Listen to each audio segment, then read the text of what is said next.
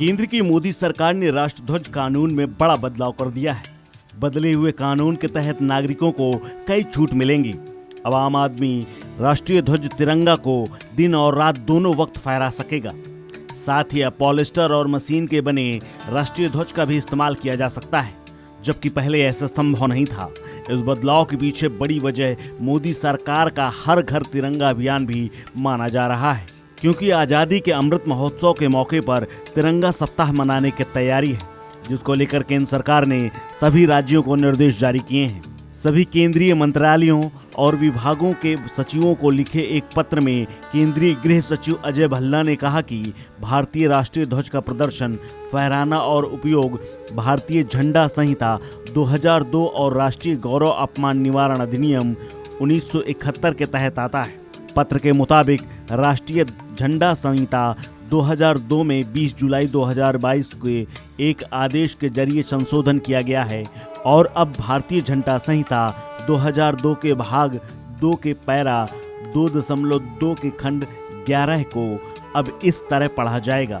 जहां झंडा खुले में प्रदर्शित किया जाता है या किसी नागरिक के घर पर प्रदर्शित किया जाता है, इसे दिन रात फहराया जा सकता है। इससे पहले तिरंगे को केवल सूर्योदय से सूर्यास्त तक फहराने की अनुमति थी, चाहे फिर मौसम कैसा भी हो।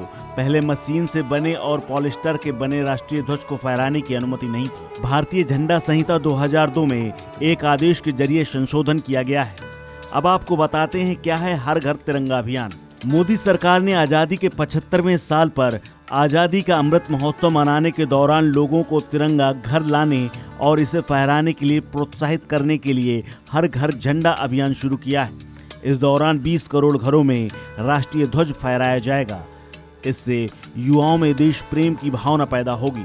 बता दें कि भारतीय ध्वज को लेकर कई नियम बने हुए हैं, जिनमें से भारत का राष्ट्रीय ध्वज हाथ से काते और बुने गए ऊनी, सूती, सिल्क या खादी से बना होना चाहिए। झंडे को किसी भी स्थिति में जमीन पर नहीं रखा जाना चाहिए। झंडे पर किसी तरह के अक्षर नहीं लिखे जाने चाहिए। तिरंगे को यूनिफॉर्म के रूप में नहीं पहना जाना चाहिए।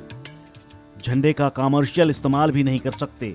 कटे फटे भारत के ध्वज को फहराया नहीं जा सकता। बता दें कि देश की आजादी के कुछ दिनों पहले 22 जुलाई 1947 के दिन तिरंगे को आधिकारिक तौर पर फहराया गया था।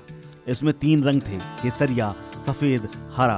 तिरंगे में अशोक चक्र लगाया गया, जो आज तक चल रहा है। झंडे को इस्तेमाल करने और फहराने को लेकर album and name prevention of proper use act 1950 बनाया गया था।